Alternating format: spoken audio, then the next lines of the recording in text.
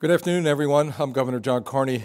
Thank you for joining us for our weekly press conference on Delaware's response to COVID-19. We appreciate you tuning in. Today I'm joined again by the Director of the Division of Public Health, Dr. Karyl Rattay. And Dr. Rattay, thank you for being with us again and for the tremendous work that your team is doing. And we're also joined by Schall, who's the Director of the Delaware Emergency Management Agency. AJ, thank you for being with us again as well, and your work, particularly your work in testing. We've met new heights with respect to testing across Delaware, and very, very impressive. We'll get to that in a bit. I've been saying for several weeks now that the number of positive cases and the presence of COVID-19 virus in our state has been increasing and increasing at an alarming rate, and that we were looking at mechanisms, restrictions that we might need to put in place in order to stem that tide, to flatten that curve once again, as we did back earlier this year. We've been doing this now since March. The first positive case was identified on March the 11th, with various shutdowns, stay-at-home orders, and restrictions on business operations. And the rationale, the public health rationale around all of that is that you have to limit the exposure of individuals to those who are shedding the virus, and thereby reduce the presence of the virus in the community. Otherwise, it transmits and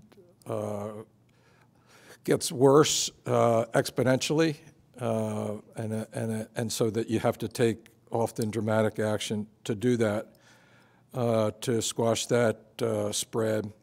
To give you an idea of kind of where we are today, before we get into the data dashboard, if you think back in August when I was complaining about being put on quarantine lists in New York and New Jersey and Connecticut and Pennsylvania and in Washington, D.C., our new positive cases then were in the 90 to 100 range. And if you remember, if we had a 7-day moving average above 97, I think it was, we would be on the quarantine list in those states. Today, the 7-day moving average is 326, with a daily number of 395 yesterday, I should say, which means that the number of new positive cases has tripled or quadrupled, depending on what number you use. And we'll have a slide later where we talk about hospitalizations, which is a number that we look very closely at. We hit a peak back in April at 337. Today's number is 153. Again, we'll walk through all this, and so the conditions on the ground are getting worse, and we need to take action targeted towards the venues where spread is occurring, which we know through the contact tracing effort that we have had for some time now.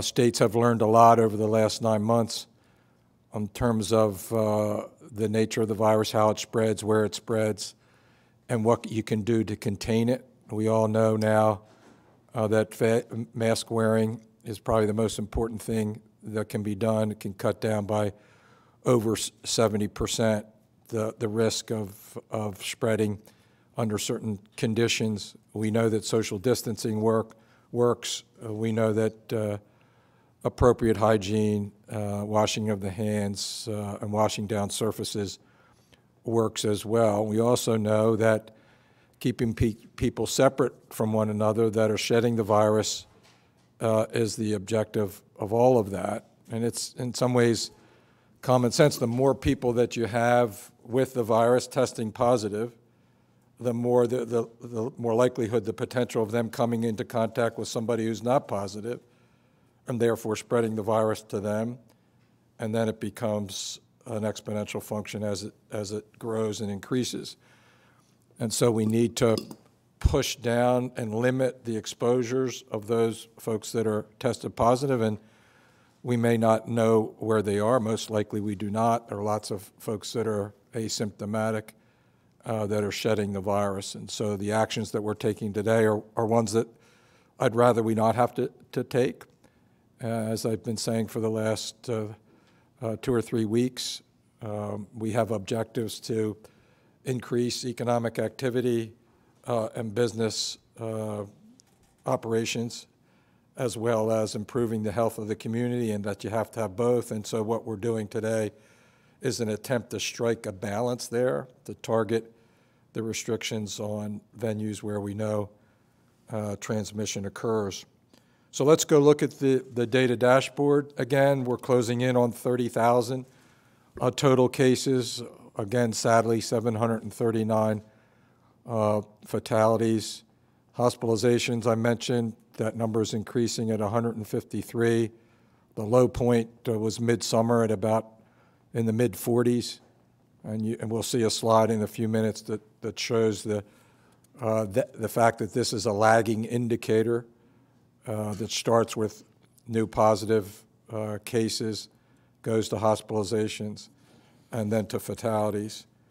If you look at the distribution again, Newcastle County, 16,000 positive cases, Kent County, 4,100, Sussex County, where the highest transmission rate, the highest rate is in Sussex County with 91, almost 9,200. So let's look at, part of this is a function of testing, and AJ's team doing a great job. Our goal was to have 80,000 tests a month. I think in October we were well over 100,000 tests per month, so you're going to get more positives as a result of that. A measure of that relative to any other time period is the percent of those tests that are positive. And so let's look at those numbers. If you think about just the persons that were tested positive, because people get tested more than once, we're up to 14% of the persons who've been tested or are testing positive on a 7-day moving average, but only 5.5% of the actual tests. And we'll show you that in a minute, how many people have been tested, persons have been tested in Delaware, and how many tests have been administered. So the new cases today is 347. The 7-day moving average, again, think back of where we were in August. We're in the 90 to 100 range, and trying to be under 97, so we were off the quarantine list. So you can see we're several times that, which means that there are that many times the potential exposures in the public for transmitting the virus further. So here's what I was just mentioned a minute ago. So we've had almost 400,000 Delawareans, closing in on half of our population of 970,000, persons who've been tested at least once. Once they get tested again, it won't go into this calculation, the percent positive of persons tested. The number on the other side, 634,000, is the total tests that have been administered. So the more appropriate calculation of the percent positive. But again, you can see that many people have been tested more than once, and that's a really good thing. I think I've been tested now 4 times, something like that. And I know others, particularly teachers, first responders, healthcare workers, essential workers, have been tested many a times. We're trying to test teachers and educators at least once a month now that they've gone back to in-person instruction, so those numbers will continue to increase. Here's the breakdown demographics. Still the young adult population with the highest. You can see all the lines are starting to spike upward to reflect the current uptick in cases. If you look at the 14-day view of this, the top 2 are your current hospitalizations. A very bad trend in current hospitalizations up. Little data glitch there with the 1 bar that's below quite a bit below the line. Nothing to be concerned about or that's relevant. It caught up in the next day. So we're up to 153 there. New hospitalizations looks better. It's going down. That should hopefully bode well. We'll see. And then the other concerning criteria, new positive cases. The orange line is the day-to-day ups and downs, just because we're doing so many tests or getting so many test results in batches back, with the 7-day moving average reflected by the blue bar, which is consistently going up, obviously in the wrong direction, and which drives us to propose to put in place the restrictions that we're going to talk about in a minute. So the two measures of percent positive, the bottom left is the percent of positive, so it's going to be a bigger number because it doesn't include people who have been tested more than once. So that's 14%. And then the 7-day moving average on the percentage of tests that are positive is 5.5%, 7-day moving average. We want that to be below 5. And so we're not as bad as we could be there, and a lot of that is because of the considerable testing that we're doing. If you see the 90-day view, I won't go through each of the graphs, but you can just see things trending upward in terms of hospitalizations, new positive cases. The percent positive, not as dramatically when you look under the test positive, but clearly in the wrong direction, and we need to get ahead of it, particularly on the hospitalization side. The personal protective equipment, data dashboards, all those vessels are full, so we're in pretty good shape there. Let's look at the current hospitalization numbers. If you go back to the spring, on April the 6th, we had 140 hospitalizations. Remember, lagging indicator, by April the 17th, we peaked at 337. On June the 3rd, on the way down, we were at 142. We hit a low over the summer in the mid-40s. I think 44 was the low sometime in, I want to say, July or August. And then since September, we've been ticking up, where today we're at 153. And we don't want to go from 153 to through 353. And recognizing that this is a lagging indicator with the positive cases going in the direction that they are, that's could be the trend that we're on, and we don't want to be on that trend. Hospitals now are doing elective surgeries. Back in the spring when we hit that peak, they had suspended most elective surgeries, and so they had additional capacity. We estimate that the total critical care capacity statewide of hospitals is in the 400 to 450 range, depending on the day, AJ. We do keep track of those numbers, and will continue to do so. And so we're clearly seeing a surge, and we're seeing the surge in cases occurring in areas that we know of, in gatherings, large gatherings, both indoors, not as much outdoors, but certainly indoors with others who are not in the same household. So bringing in folks that might be living in different environments, exposing one group to another, and then spreading the virus. It only takes one person to be positive for that exposure to result in a transmission. And that's kind of the point, the logic behind a restriction movement, and that is to try to minimize the exposure that one person, one group has with another, because that person may or may not have COVID-19. So let's take a look at the specific restrictions. We talked about indoor gatherings. A lot of this transmission is happening in, frankly, social environments, parties, dinners, having the guys over to watch the football game and some beers inside. We have a limit now that's consistent with the outdoor limit, which is 250, I believe, totally unrealistic under the current condition, and we're imposing a new restriction on 10. Essentially, the household family there, discouraging gatherings more than that for the time being. We know we're coming into Thanksgiving, the implications of that, but we also know we want to not restrict places of business, particularly hospitality and restaurants, for any longer period of time than need be, and obviously to keep our children in school and get more children back in school. Indoor gatherings outside of the home, which include kind of events, weddings, worship services, performances, political gatherings, events in public spaces, including fire halls, the limit would be 30% of fire capacity in whatever that facility is, up to a limit of 50 people. And so with some of the larger venues, we felt like we needed to discourage, to not discourage, but to restrict gatherings of more than 50 people. Outdoor gatherings, similarly, with a tighter restriction than 250 with a plan, but now 50 people or as much as 250 with a plan approved by DPH, so a maximum of 250 people. There are some gatherings that are working under already approved public health plans that will be, like football games come to mind, will be able to operate under that basis.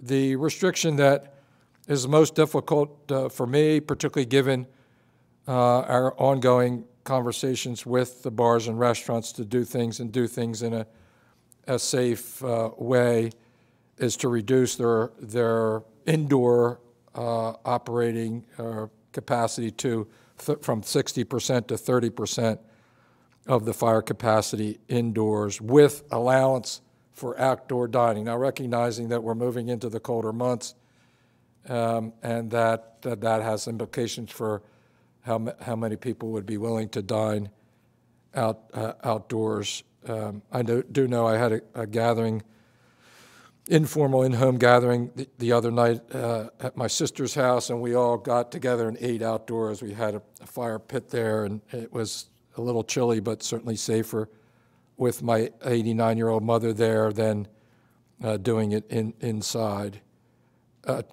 Currently, we require mask wearing in restaurants until the point of people being seated because they obviously have to eat. Now we're going to require that there be table signs that ask diners to keep a mask on until they're ready to eat. I mean, that's the difference between restaurants and other indoor locations, and that is because you take your mask off while you're eating, obviously.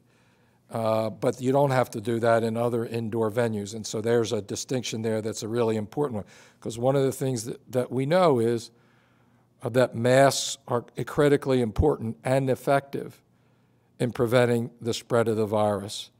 And turns out, not just earlier on, the idea was that it was mostly to protect others from respiratory particles coming from the mask wearer, but increasingly there's evidence that it helps the other way around too, and protects the mask wearer from respiratory particles that might be coming from somebody else. What we know is definitively is that mask wearing makes a difference, and makes a huge difference, and that's why it shouldn't become a political issue. These restrictions here will become effective on next Monday, the 23rd, as will be the ones that I talked about with gatherings on the slide before. Lastly, we've also seen spread identified in gyms and exercise facilities. And right now, there are mask requirements for these exercise facilities, but they don't include aerobic exercises like treadmills and stationary bikes and the like. And at least in the YMCA that I go to, most people abide by those. Everybody does, or they don't let you exercise. But the current use of face coverings for those that are on the treadmills and the bikes and the ride is spotty at best because it's not required, number one. And so we're adding this requirement there. I do it myself. I know it can be done, and it can be done safely. The last thing that we have in terms of restrictions, we've seen really bad situations and transmission with sports tournaments. And I got an email from a constituent just the other day who's a school nurse and said that at one of the private schools, actually over the line in Maryland, that she had lots of children that were quarantining because they had participated in a particular sports tournament out of state, and that now those tournaments were going to be moved to Delaware because they didn't have a similar restriction. We've seen behavior outside of this sporting event itself with folks, with parents and spectators, that really is concerning, and so we're restricting and limiting no out-of-state sports tournaments. If sports teams want to have in-state tournaments, they can do that. If they want to have in-state games, one team against another, they can do that as well. This restriction will take effect on Tuesday, December the 1st. I mentioned how difficult it is for me with respect to the restrictions on restaurants and hospitality based on what we've seen, based on the sacrifices that those business owners already have made, based on the importance that they have to our communities and the enjoyable side of life. We have to try to blunt some of the economic impact here. We'll expand our Delaware relief grants by up to $25 million to enable those businesses who've already qualified and they've gotten a relief grant as a restaurant to double the original grant amount. So if they got $100,000 in the first iteration of this, now they'll be eligible almost automatically for another $100,000 to enable them to get to the other side. There are certain businesses that didn't apply or maybe didn't qualify for the first round. They can apply with a deadline of December the 4th, because remembering these are federal funds that have to be expended by the end of the year. So $25 million to double the amount of restaurants and these hospitality businesses received from the CARES relief grants first in the first phase, and now another phase that would enable them to double that amount. You know, part of the teachers have done and educators have done a really extraordinary job in continuing to provide remote instruction, provide in-person instruction, to follow all the restrictions, to do all the administrative things that they need to do, to move children around, just mind-boggling. And our goal and their goal, all of our goals, is to enable us to be educating our children as much in person as possible. And so when we talk about these mitigation efforts and these restrictions, you can look at it as a direct effort to help with our efforts to make sure that every child gets the best education that they can, and that we all chip in to make sure that can happen. And all of us can do that by adjusting our holiday plans, by keeping our Thanksgiving celebrations small and local, limit the number of households, keep your distance, come up with ideas to have virtual Thanksgiving with our elderly family members, send grandmom or mom or dad, granddad something to their door, order it from your favorite restaurant and send it over to grandmom to give thanks for everything that we all have. I know this is difficult, and it's difficult for me as governor to have to decide to put these restrictions in place. I can tell you I wouldn't do it if I didn't think it was the right thing to do for the health and the economic welfare of our state, not just tomorrow, next week, but next month and next year. And, you know, over the last 9 months, we've seen what's happened. We've seen the run-up in these cases. The public health officials warned us that this kind of a surge might occur as winter came upon us, more people moved indoors. And I was hoping and praying that that wasn't going to happen. But the numbers are very clear. We've seen them coming, and now we have to take action. We have to support those businesses who are restricted the most, and we will do that. And each of us can do that as well by ordering food to be picked up at the curbside, takeout order, by going to a restaurant and being one part of that 30%, so that we can get these important businesses through this, and so that we can get our children back in school or keep them in school, and that's a big challenge. We've got a lot of educators who go to work every day to do that.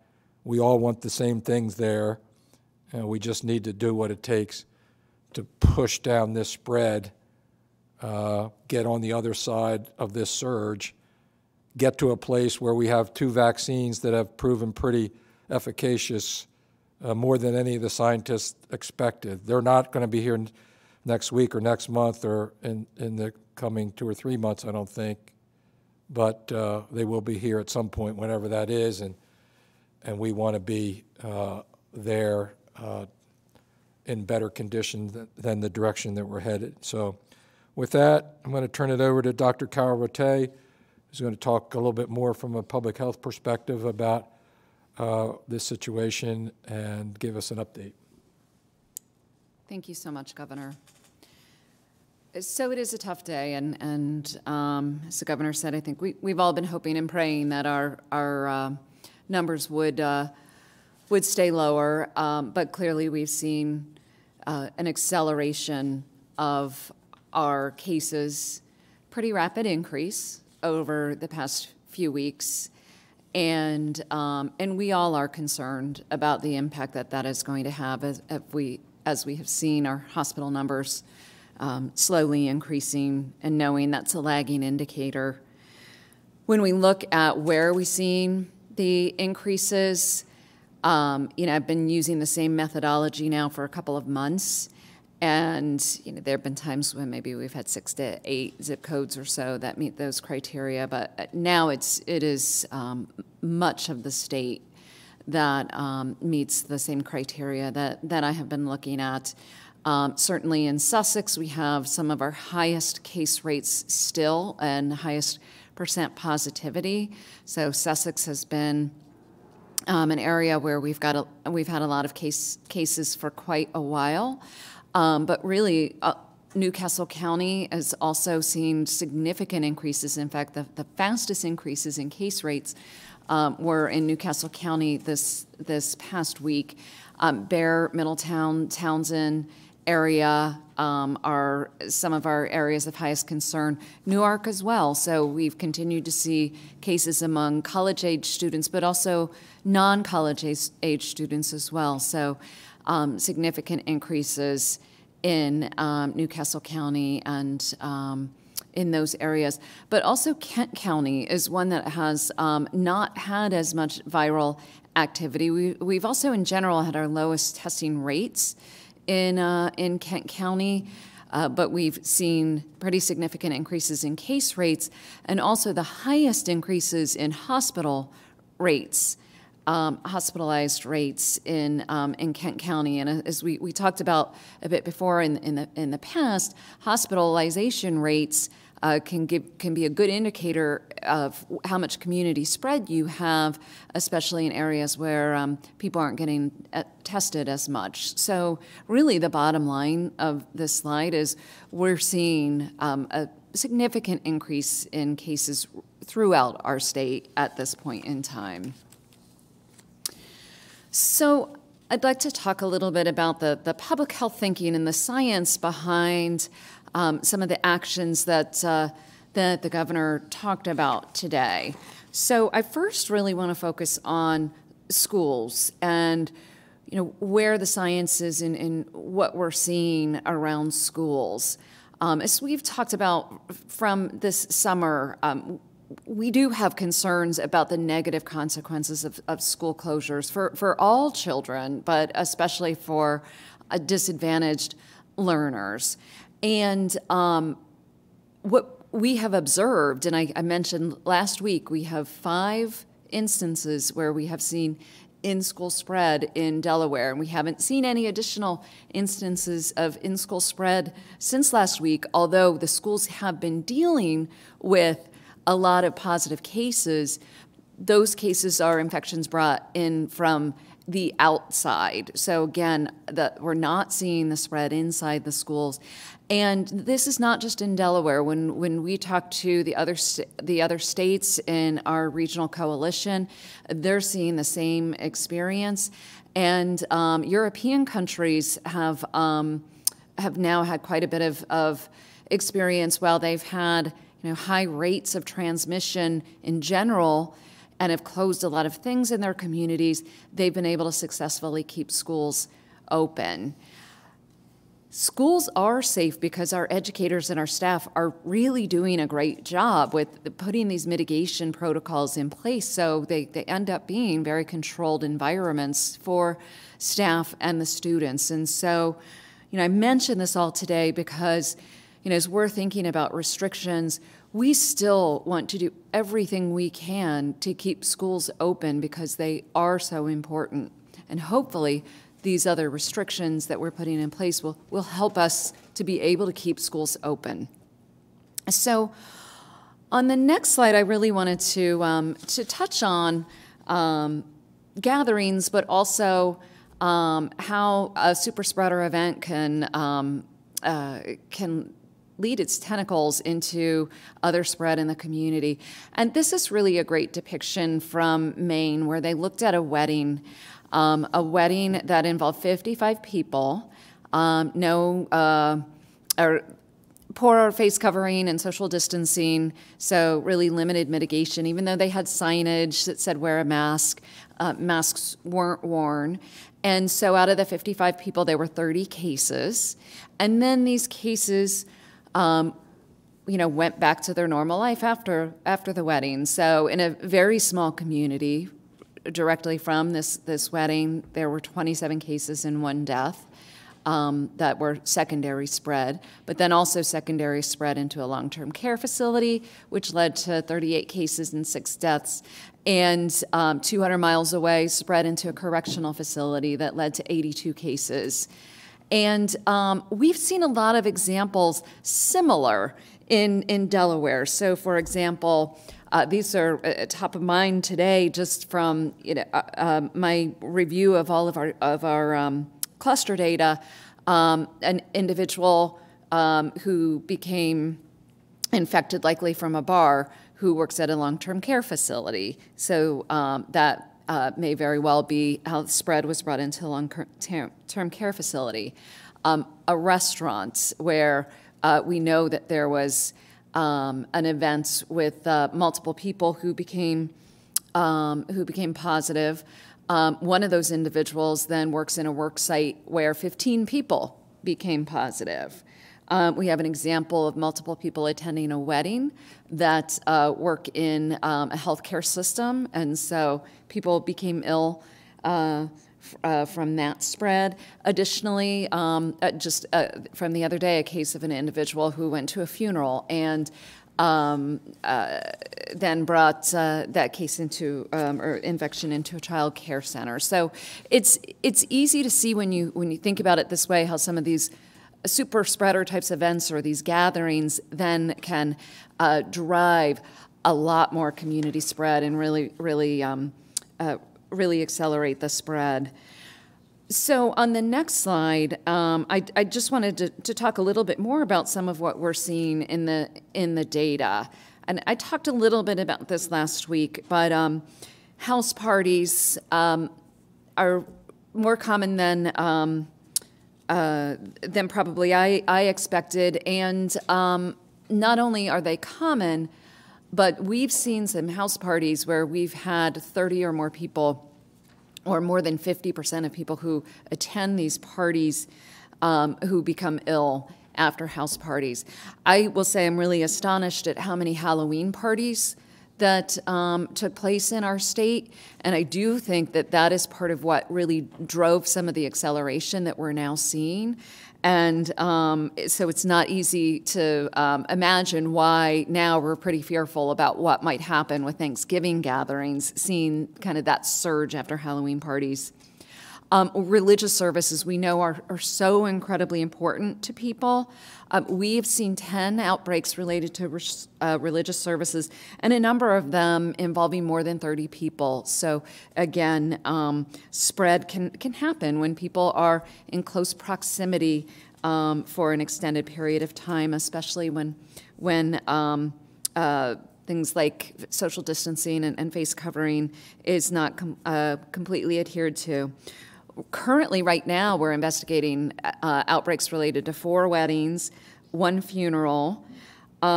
We have examples of multiple, both large and small parties in restaurants. So a small party could be 2 people or 4 people, where multiple people then become ill from sitting at that table. But we also have several examples. One in particular that I think is kind of eye-opening, of a 12-person party in a restaurant, where now we know 10 of the 12 have become COVID positive. And if you think about it, it's a large table, right? So some of the people are going to be more than 6 feet apart.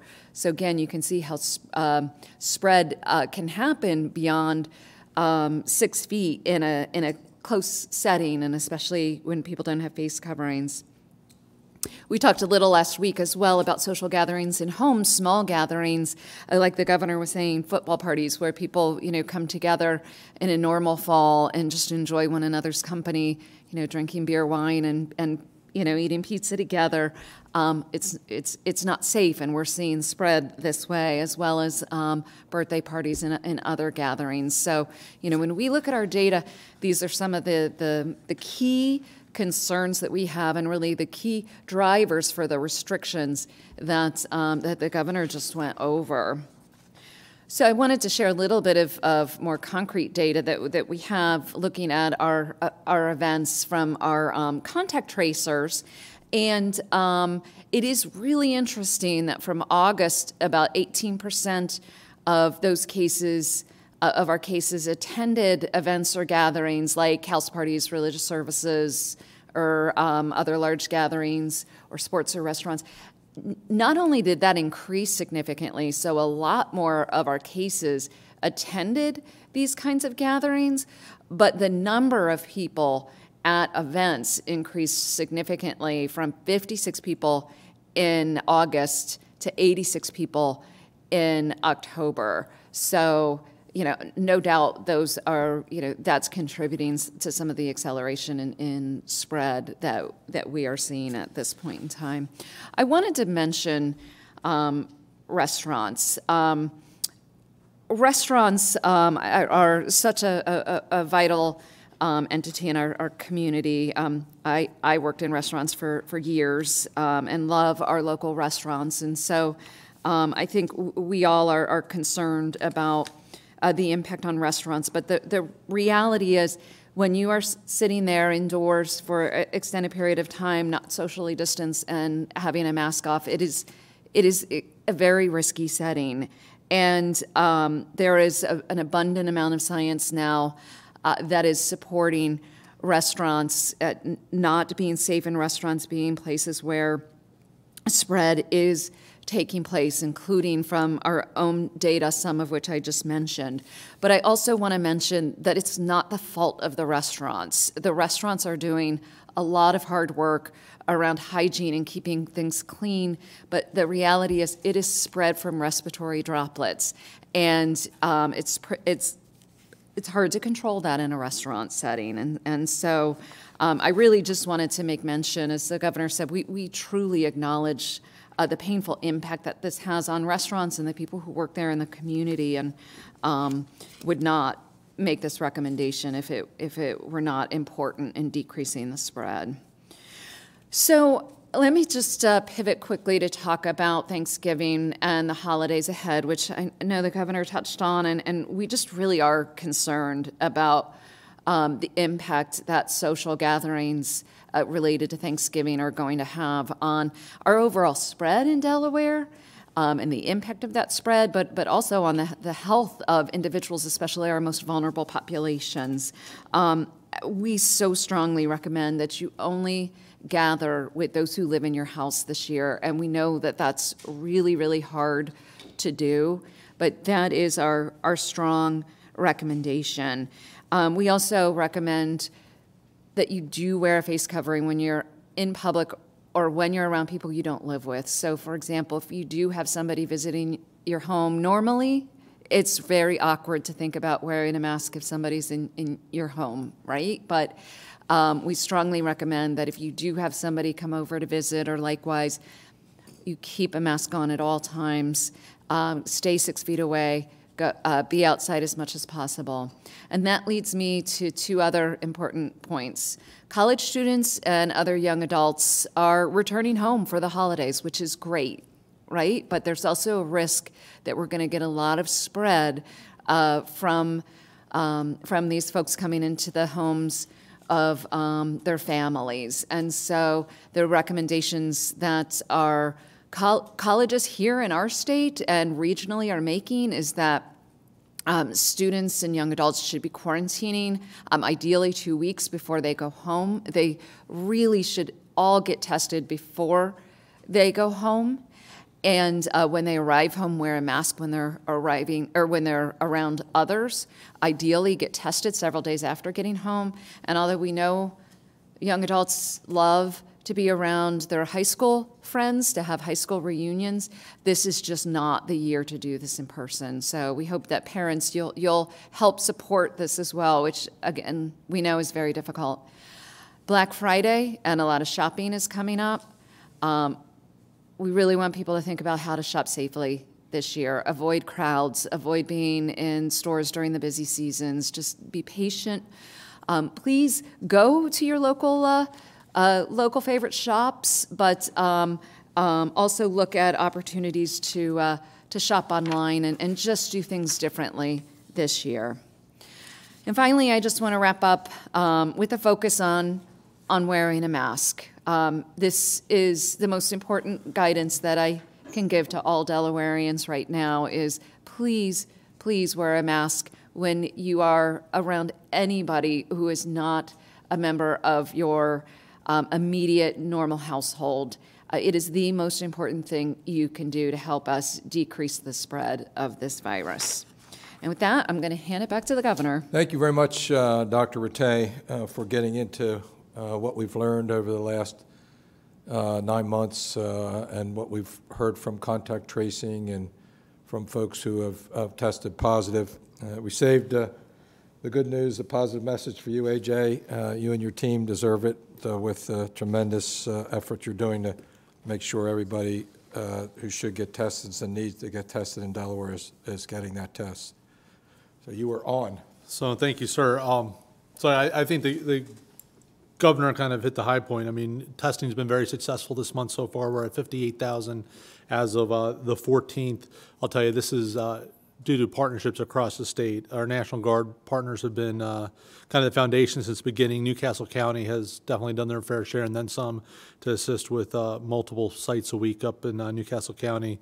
The public health clinics that we turned on a few months ago to help with staffing and having that consistent site have done, they keep on doing more people every week. So we're glad to see that people trust that. The staff at DEMA, Walgreens, the school locations, the, partners at Frawley Stadium or other events where we do this really has been a community effort. So we appreciate everybody's work with that. So 58,000 to date, as you see, a little bit more last week than the week before, and we expect that number to continue to go up. Next week, we know there's Thanksgiving. We know there's going to be students coming home, as Dr. Rattay alluded to. We'll be working with, the universities, Wesley, Del State, University of Delaware, to allow and provide opportunities for individuals to get tested this week. We've also put out kind of our Monday and Tuesday and some of the Wednesday events for next week, knowing that there might be students getting back. So if they're doing that self-quarantine, they could hopefully get that second test. Monday, we will be at 3 locations from 8 to 8. We'll be at both the Deltec campuses in Dover and Georgetown from 8 to 8 with the Curative Traveler. We'll be at the Upworth Church in Rehoboth from 8 to 8 as well. So a little longer day because we know it's a busy time of the year, and we want to make sure we get as many people fit in. Newcastle County is going to be at Frawley Stadium 2 to 7.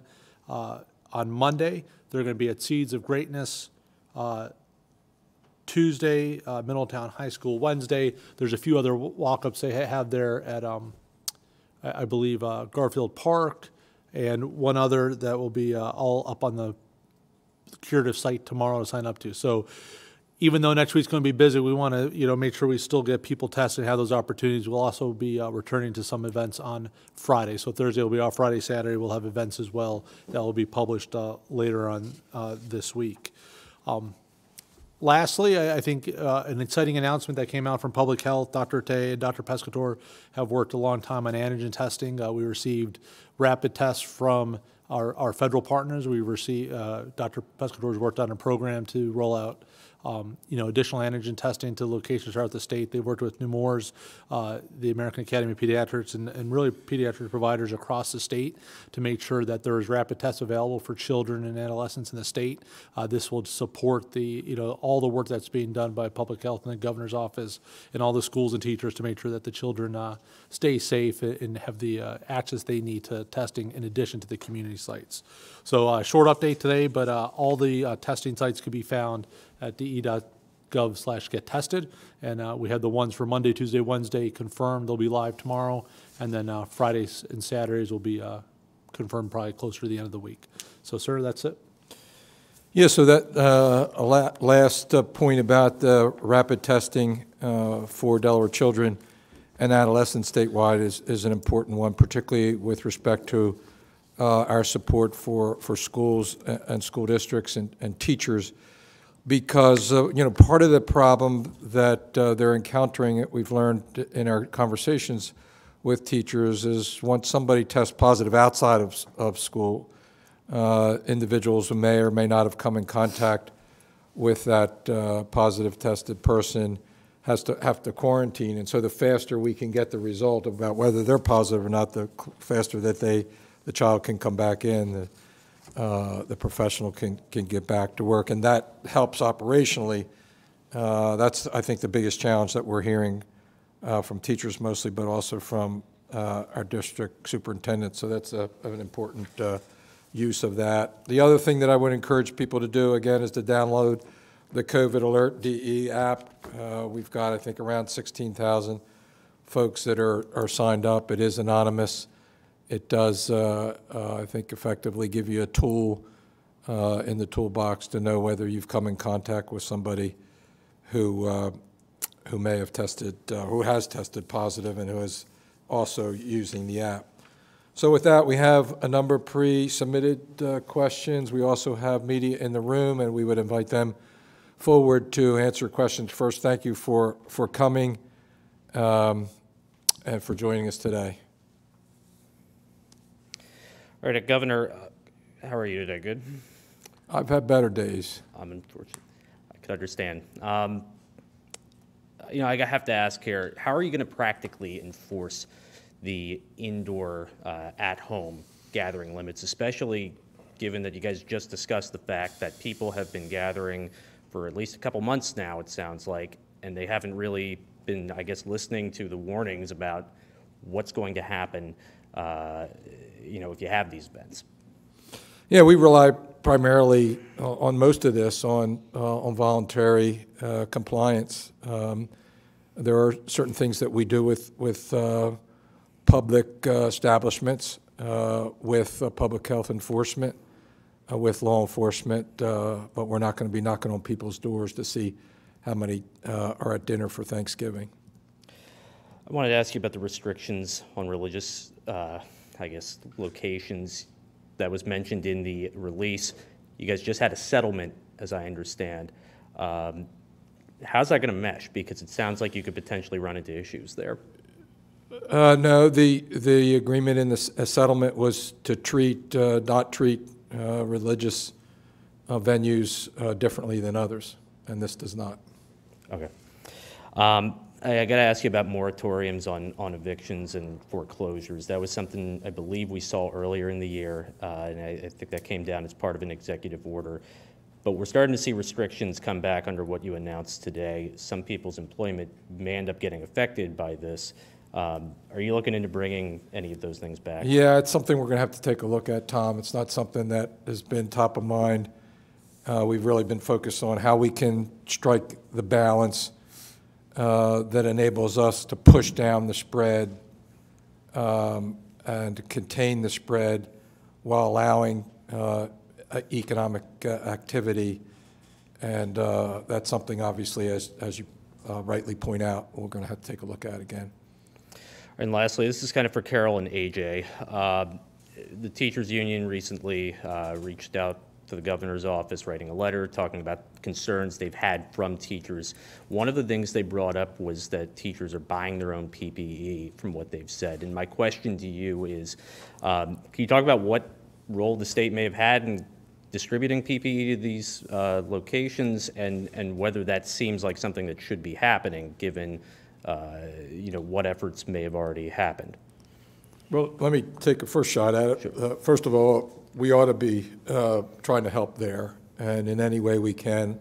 I did see that communication. We had recently met with the DSEA and have been on a regular basis, as well as talking to teachers in individual districts. And this was one of the things that they've been asking us to be more actively involved in decision-making.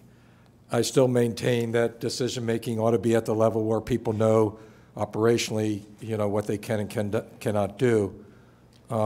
We are trying as hard as we can to give the best public health advice about what's safe. I was just on a conference call the other day with regional governors, Governor Cuomo, Governor Murphy, Governor Wolf, and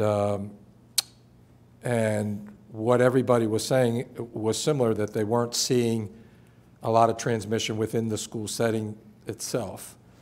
And so the issue gets to be mitigation outside of that setting, as was pointed out in the communication from the teachers, that affects the school, right? And so that's kind of what we're trying to get at here, and that's our message to Delawareans, if we want children in schools, and everybody does, doesn't matter who you talk to, then we've got to take these measures to prevent and push down the potential for exposure there. With respect to a PPE or others, that's something that we're willing to lean into. Whatever it takes, I think, is our approach. AJ? The only thing I'll add is we did push out packages to every school in the beginning, probably late summer, prior to them going back to any type of hybrid environment. As the governor said, we are going to continue to see what type of support we can provide them, whether that's, kind of see where those gaps are now and see how we could meet in the middle somewhere and help link them to a solution. Just lastly, Governor, have you had any conversations with Governor Hogan about restrictions? I have had conversations with Governor Hogan about our conversations around higher ed with respect to students coming or going from our respective states back home, getting tested, whether or not, and we've been having conversations with our individual higher ed decision makers, right? Turns out Delaware's UD, Del State, Wesley have all been in line with what we've been talking about. Getting tested, students getting tested before they go home, quarantining. I think Dr. Rattay talked a little bit about this, and then not returning until spring semester, which is the case here, I think, in every instance. And just talking to Governor Hogan about being part of that. Specific restrictions, in a general sense, came up in that conversation, but nothing specifically, no. Okay. Thank you for your time.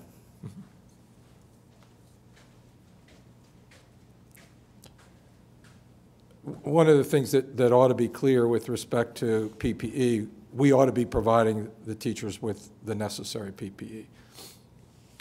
Jake Owen, Stellar Business Times, probably both for Governor Carney and Dr. Rattay. Dr. Rattay, you've just reiterated pretty forcefully here that the transmission risk is higher at restaurants just by the nature of the fact we have to take our mask off to eat.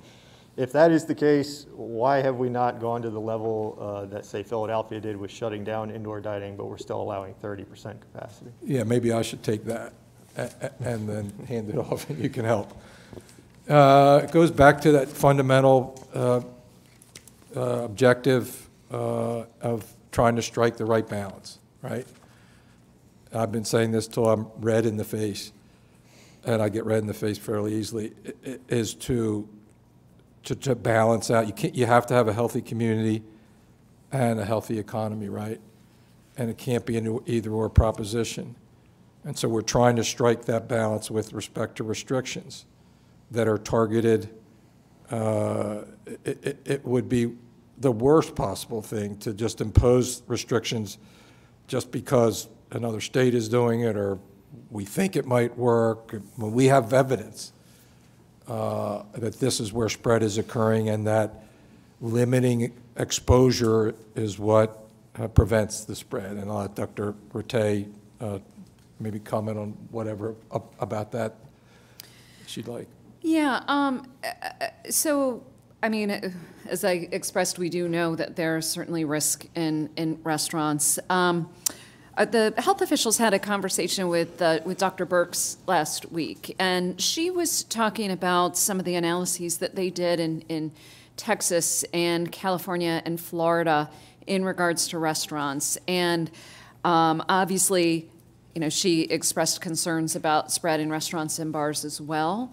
But her strong guidance from those observations and those analyses were you got to decrease the number of people in these settings. If you can decrease the number of people in the settings, you can decrease the amount of virus and decrease the spread. And so, as the governor said, we really want these places to stay open as much as possible. So this is the approach that we're taking, and we hope that it works. One of the things that we've been doing some analysis here the last couple of days of the statistics, like I'm sure we all have. One of the things that was interesting to us, though, was that it's not just one demographic group. Whether you look at 18 to 34, 35 to 60 and on up, 50 to 64, almost all age groups are up 50% or more in the last couple months. Is there anything different you can say to try to kind of drive home this point, or is there a feeling it's falling on deaf ears? Well, one of the things is it's all of us, right? I mean, there was a time, and I've got up on the board current hospitalizations going all the way back to the beginning, just to show the shape of things, right? And there's questions about there. How do you know it works? There's how you know, because we put restrictions in place. We started, you know, stay at home, much more dramatic than what we're doing now, and we pushed that curve way down. You can see the little bump up there as we got into September after Labor Day, and then after October, you know, continue. We've got to push that right down right now. We don't have shut down. We don't have as many tools right now to use, frankly, and that's why messaging is so critically important. But what it tells us is that we're all in this. It's not just the young adult crowd as it was. You know, when we got to into the summertime, it's not just the beach crowd, young adult crowd again there after 4th of July. It's, as you said, every age group. It's really now, other than Kent County, it's every kind of corner of the state, frankly. And so the message has to be the same to all of us. And just lastly, obviously back in the summer, Governor, you convened a pandemic resurgence advisory committee to try to plan for exactly this kind of a moment. I'm wondering what lessons, if anything, you were able to find from their determinations. Yeah, well, one of the things that they recommended strong, two things that they recommended strongly. One, I would argue we were already doing, was excessive amounts of communication, right? Keeping everybody alert and up, give people time to react. I've been saying for 2 or 3 weeks now that this is what we're seeing. Not saying that this restriction or that was going to occur, but read between the lines. You know, you can just see we were going to have to do something. I would have liked to give more time between this announcement today and the following Monday, which is when these go into effect for restaurants, just because people need time to plan. I get all that. That was a big recommendation. Unfortunately, it hit fast and grew fast. And we tried to, I think it was, hope over experience that maybe we could, this wasn't going to happen, but it's happening. It's going to happen. Other states, yeah, we're not other states. We're better, we're doing better, and we still are to a certain extent, but we're in with everybody else. I think because of the nature of the world and social environments as you move from summer to fall to winter, and you move indoors. And everything that I've heard from public health folks over the last 9 months is indoors and outdoors is way different, and we're seeing that. Obviously, we're focused on Thanksgiving, Black Friday, some of these impending holidays. Is there a feeling that we're likely going to be under these same restrictions come Christmas and New Year's? Boy, I hope not. I don't want to be under them a day more than we have to. And I'd like to see the next set of bars going straight out flat from there. I think my experience of the last 9 months suggests that's not going to be the case. This is hospitalizations. We know it's a lagging indicator. I'd at least like to see positive cases flatline from here. And then we can be in a better place. But it's not going to happen unless we take it seriously. People get tired of it. I get it. They get complacent. Although I do see a lot of people wearing masks kind of all the time, and that's a good thing.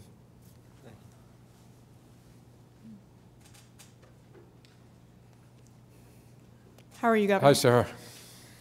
Do these indoor gathering restrictions apply to homeless shelters? And what is the state going to do in handling homeless shelters this winter with social distancing? Yeah, that's a good question. I don't know that we've thought a lot about it. I can tell you we will. And if you remember back, the lieutenant governor and community activists that had been working on overdose and heroin, people were addicted to heroin issues, converted their group into an outreach for homeless folks. And we made available hotels that were shut down so that they could get off the streets in safer environments. Those hotels, we're not shutting the hotels down now, so we don't have those spaces. And so it's a very different environment that we'll have to look at for just the things that you're asking about. So I don't have a good answer for you. Okay. A huge concern this winter is, this unfortunate side effect of shutdowns, which is people's mental health. Yeah. Which is already a concern in the summer. Now we're in a place where weather is not going to allow people to gather outdoors, which, as you mentioned, can be safer than gathering indoors. My point is there's an increased concern for something that people are already concerned about, which is a rise in suicide rates, et cetera, as long as this shutdown continues during the winter. Do you have a message for people who have those concerns? Yeah, let me go back to the first question, because I don't think I answered your question, which Sure. is, no, those restrictions do not apply to where people live. Okay. Think about where I lived as a kid. There were 11 of us in that small house, nine kids and my mom and dad. We couldn't have kept appropriate social distancing under those kinds of restrictions. Where people live is not subject to that. So to your second question, which was? People's mental health. Do you have a message for people who are concerned about mental health being very negatively impacted during this pandemic? Yeah, no, it's one of the things that's uppermost in our minds, and it's why, going back to the question about why are we conceding, if you will, or allowing any kind of activity in certain business establishments, part of that on the business side is so that they can get some revenue and hopefully survive it and get to the other side. We work so hard on youth sports activity because it's such a lift to our young people's kind of mental health and positive attitude. Being in school is hugely important. for our children, actually for our parents and teachers and everybody.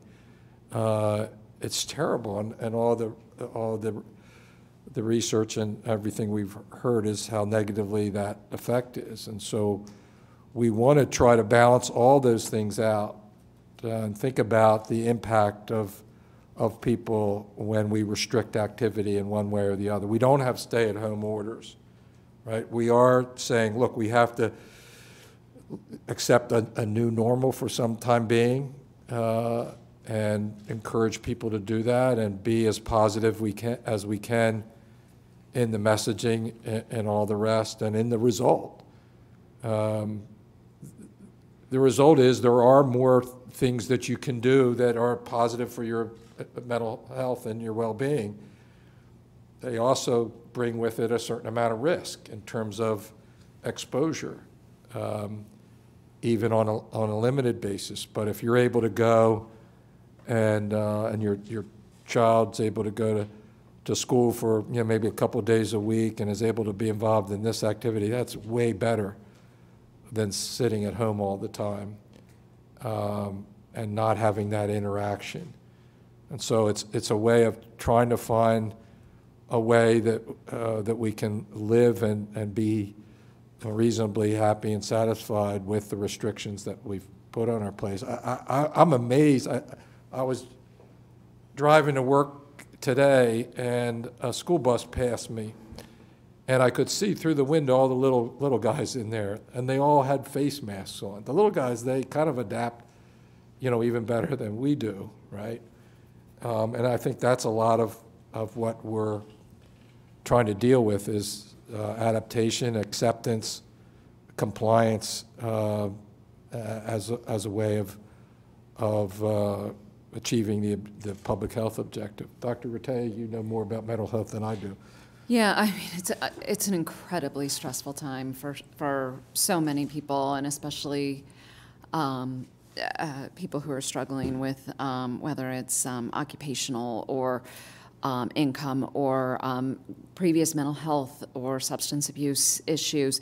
Wanted to make sure that I did mention that as of yesterday, we added a new addition onto our COVID website, which is the How Right Now campaign, which is provides guidance and resources to support people with who need to address or want to address whether it's social isolation or mental health challenges right now. Thank you so much. Thank you, Sarah. All right, seeing nobody else here in person, we have some pre-submitted questions. All right, first question is from Nick Ciolino at Delaware Public Media.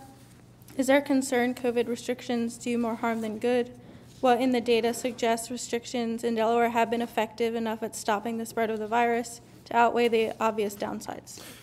Yeah, I think I addressed that to a certain extent already, is that we are worried that restrictions may impose damage that's really bad and maybe not worth it. We have experience that tells us that it works, and that's why we have this graph that hopefully people are seeing that shows the effectiveness of the mitigation efforts that we took after the spike up in cases. And this is hospitalizations, and you can see the peak there in late April. And then as we push flatten the curve, clearly flattens through the summer, and now is ticking up a little bit as we move into this surge. And so that is just, it's just empirical evidence. That's just evidence that those measures work. The other part of the question is, was it worth it? We try to just strike the balance to get this kind of effect with as low a cost as possible. And that's a challenging thing to do. The next question is from Johnny Braxton at 6ABC. What is the status of hospital bed space? Will additional emergency space set up earlier in the year be needed? Yeah, so I think I addressed that a little bit. I think we're somewhere between 400 and 500, I guess, depending on the day. Somewhere over 400 in terms of available capacity there. I think our ventilator number is about the same. We did get some additional ventilators rehabbed. CJ or AJ's shaking his head. And we're up to 153 hospitalizations at the moment. They're not all on ventilators. And so, one of the differences right now is that hospitals are doing, they have more people in these critical care circumstances with elective surgeries.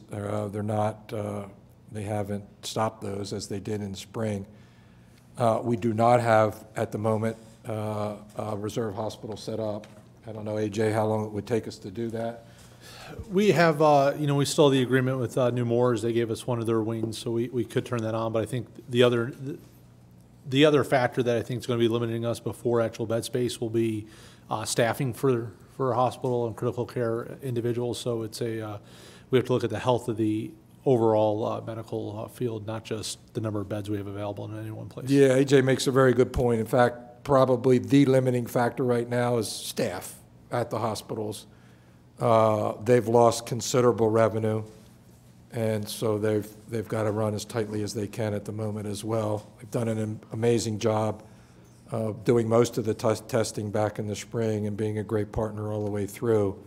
We have a regular conference call with them. They keep us up to date on the critical nature of the patients that they have in their emergency rooms and in their critical care units, and so but it's different. It is different now than it was then.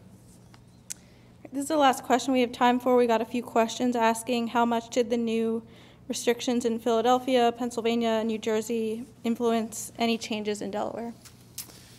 Yeah, I don't know that they influenced the changes in terms of restrictions other than being an indication that the level of spread was serious and not just localized here in Delaware. In fact, it's worse in southeastern Pennsylvania, Philadelphia, New Jersey. Not completely clear the difference between South Jersey and North Jersey. The last time around, South Jersey was much better off than the more densely populated northern part of the state. But when we see numbers like we saw in New Jersey, New York, New England, even Vermont, New Hampshire, very remote populations, very low-density populations, and we saw the kinds of surges in Maryland and Metro D.C., we knew that that was going to be challenging for us as well because we have so many people that go across the border, family, friends, and work, and traveling up and down across the border. The virus sees no borders in that respect. But in terms of specific restrictions, we looked really to the Delaware experience. The numbers here, our targeted areas as identified by our contact tracers and the public health officials based on what we're seeing in other places as well. And then obviously communications among the governors about whether there were things that we could do in common, like our approach to students leaving colleges and universities for Thanksgiving. So I think that's all the questions that we have today. Let me just end by encouraging everybody to get your flu shot, your flu vaccine. Again, incredibly important, particularly as we move further into flu season and as we see more hospitalizations as a result of the flu and as a result of COVID-19. I'm convinced that we can do it here in Delaware. We've done it before. We can flatten this curve. We can beat this virus. We're going to beat this virus. There are going to be sacrifices that we have to make. Some will sacrifice more than others. That's why we're really reaching out to help our hospitality and restaurant industry with another CARES Act program and financing there. I know that it'll take more than that, and so remember to get takeout at your favorite restaurant, to help them along the way, and we can all help by doing our part to push down the spread of the virus so that we don't have to live under these restrictions for more than one day more than what is necessary. So with that, thank you for joining us, and we'll see you next week.